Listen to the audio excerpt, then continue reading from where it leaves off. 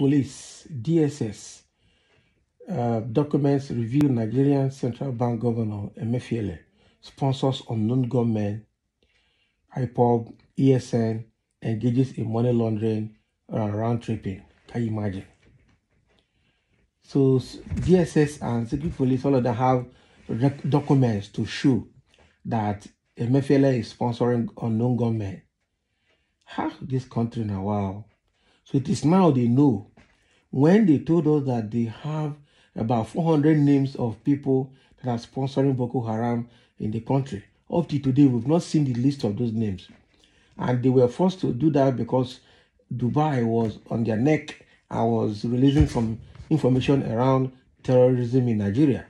They came out to tell us that they have 400 names of people that are sponsoring terrorism in Nigeria. Up to today, we did not see them. Just suddenly, because Emefiele is working on this redesign of Naira, all of these things are coming out now. Meanwhile, when he came back from abroad, it was the same DSS and police that escorted him to his house in Abuja and also escorted him to see Buhari in the Aso Rock. What are these people now? Wow. Well, it's a case of dog, chopping dog. The secret police, known as the SSS, or the Department of State Security, DSS, accused Emefiele of funding terrorism, unknown gunmen terrorizing the Southeast region. The proscribed indigenous people of Biafra and East Militant Wing, the Eastern Security Network, ESN. New court documents obtained from the State Security Service, SSS, obtained by Premium Times have revealed that the Central Bank of Nigeria, CBN Governor Godwin Emefiele, has been funding unknown gunmen terrorizing the Southeast region of Nigeria. Wow. The secret police, known as the SSS, or Department of State Services, accused Emefiele of funding terrorism, unknown gunmen terrorizing the Southeast of region, the proscribed indigenous people of Biafra and East Militant Wing, the ESN. DSS investigation revealed that the Apex Bank governor funded the groups with the resources he raised for his failed presidential bid in 2022 and diverted public funds. It added that the funds and the vehicles Emefiele had planned to use for his presidential campaign were channeled into the funding of unknown gunmen, ESN, and elements of Ipob, a proscribed organization. According to the secret police, Emefiele, on several occasions in actions prejudicial to the security of the Nigerian state, engaged in criminal conspiracy to divert government resources into suspicious acts of terrorism financing. It said the action of the CBN governor were meant to subvert and sabotage President Muhammadu Buhari's administration. Sahara reporters had exclusively reported how the DSS accused Emefiele of sabotaging the economy, financing terrorism, and committing other economic crimes. Top government sources shared with Sahara reporters how the investigation linked Emefiele to a well-known terror financier, whom the Apex Bank governor had sent funds for onward transfer to controversial Islamic cleric Sheikh Ahmad Gumi. Can you imagine? Gumi is known for hobnobbing with terrorists and bandits and advocating that amnesty should be granted to them. In 2022, one of the Gumi's associates, Tuko Mamu, was arrested and detained by Interpol at Cairo International Airport in Egypt while awaiting a connecting flight to Saudi Arabia. Upon his return to Nigeria, he was arrested by the DSS over allegations that he was heading to Saudi Arabia to meet with some international terrorists. Meanwhile, the secret police said their preliminary investigation revealed various acts of terrorism financing, fraudulent activities perpetrated by Emefiele, and his involvement in economic crimes of national security dimension, including mismanaging the CBS subsidiary NISRA and the Central Bank's Anchor Borrowers Program. The secret police also accused Emefiele of fraud, money laundering, round tripping, and conferment of financial benefit to self and others. The agency sought a court warrant to arrest the CBN governor, but Chief Judge of the Federal High Court, Justice John Tusho, refused to grant the application, citing an irregularity in the procedure adopted by the DSS in its application. In the new court document obtained by Premium Time, the DSS in its application filed as an ex parte motion, sought court permission to detain Emefiele for 60 days to conclude an ongoing investigation into his alleged crimes. The application was reportedly supported by an affidavit deposed by a DSS official, Umar Salihu, who summarized the details of the investigation into the weighty crimes Emefiele allegedly committed. Premium Times quoted the deponents of affidavit as saying, "There is reasonable suspicion that the respondent, Mr. Emefiele, and Emefiele was involved in terrorism, financing, aiding and abetting acts of terrorism, economic crimes of national security dimension, and for undermining the security of the Federal Republic of Nigeria." According to Salihu, the agency needed to apply to the court for an order enabling the applicant to detain the respondent for 60 days pending the conclusion of ongoing investigation. The DSS official, who also spoke on the need for the court to issue the order, said Emefiele is a man of means and can easily evade arrest and interfere with ongoing investigation if he is released on bail. The documents also revealed that DSS claimed it was on the trail of members of a criminal syndicate of which Emefiele is allegedly a part, saying that investigation is still ongoing on a wider scale as other members of the syndicate chain need to be identified and arrested to enable successful prosecution, adding that the CBN governor used proceeds from his alleged syndicate to carry out his illegal economic crimes of national security dimension with potent threat to country's security. Can you imagine? One of the sources who exclusively revealed details about Emefiele's case to Sahara reporters in January 2023 said how they linked Emefiele with terrorist financing was that he asked a well-known terror financier to help him to send money to Sheikh Gumi. Apparently, Emefiele wanted Gumi to support his presidential bid, but Gumi reportedly rejected the money, saying he didn't have a bank account. Can you imagine? The money was given to a Gumi's aide by the terror financier, who incidentally had been on the DSS watch list. Now, when the terror financier was arrested, he refused to disclose the source of the huge amount of money he had asked him to pass it on to Gumi. Can you imagine?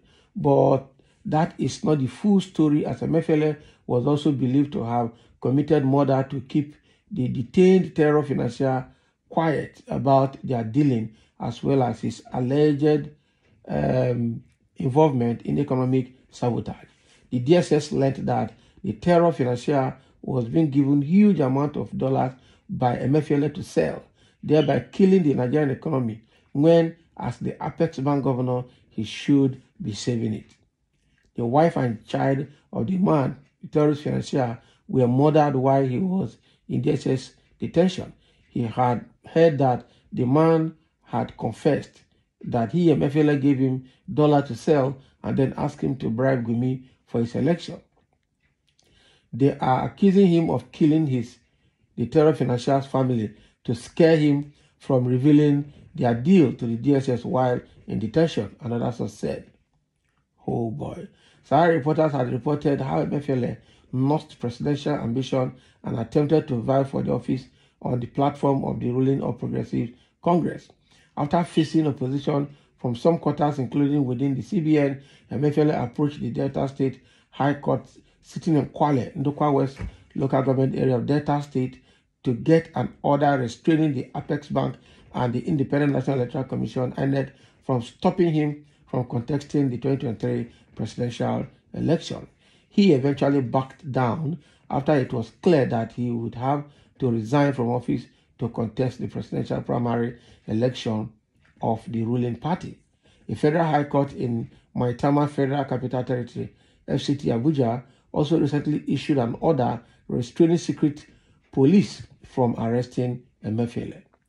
The ruling delivered by Justice M.A. Hassan also applies to the Inspector General of Police, IGP, the Attorney General Federation, AGF, and Economic and Financial Crime Commission, EFCC, and the CBN, who are listed as defendants. Earlier, a federal high court sitting in Abuja declined an application filed by the DSS to arrest and detain Emefiele over the grave allegations against him. Oh boy. Now, wow. This is serious. In declining the motion, ex parte filed by the Secret Police, Justice J.T. Tishaw, the Chief Judge, said the DSS did not provide any concrete evidence to substantiate its claims that Emefiele was involved in terrorism, financing, and economic crimes.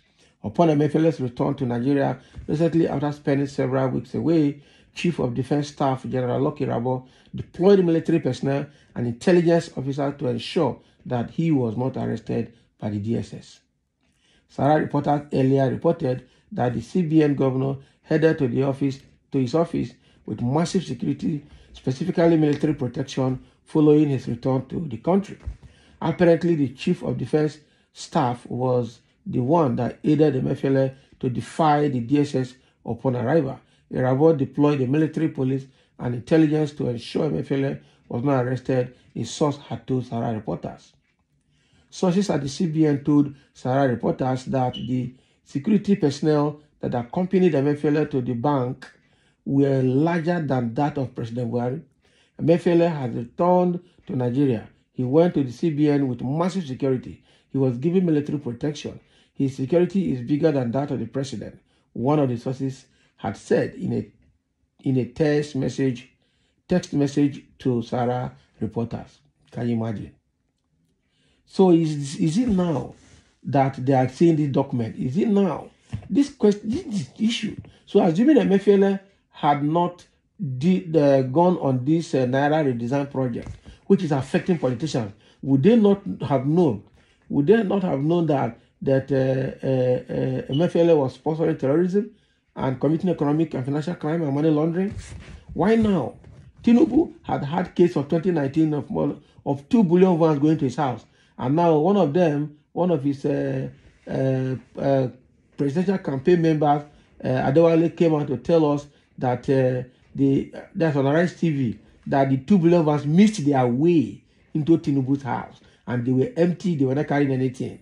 Can you imagine? Meanwhile, in that 2019, Tinubu challenged the people calling him out that that is his money. It's not their money. It's not the public money. It's not in public business. It's not a contractor. So there's no reason why he should be suspected. But Adewale came to Arise TV to give a contradictory statement saying that the 2 billion vans missed their way into Tinubu's house and at the same time did not carry or were not carrying cash.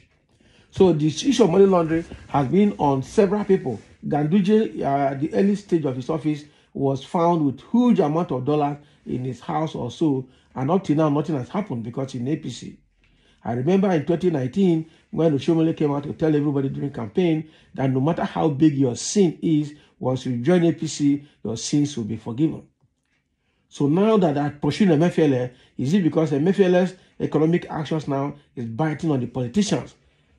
Now they are beginning to know that he was financing terrorism. The truth of the matter is that Emefiele has been part of them.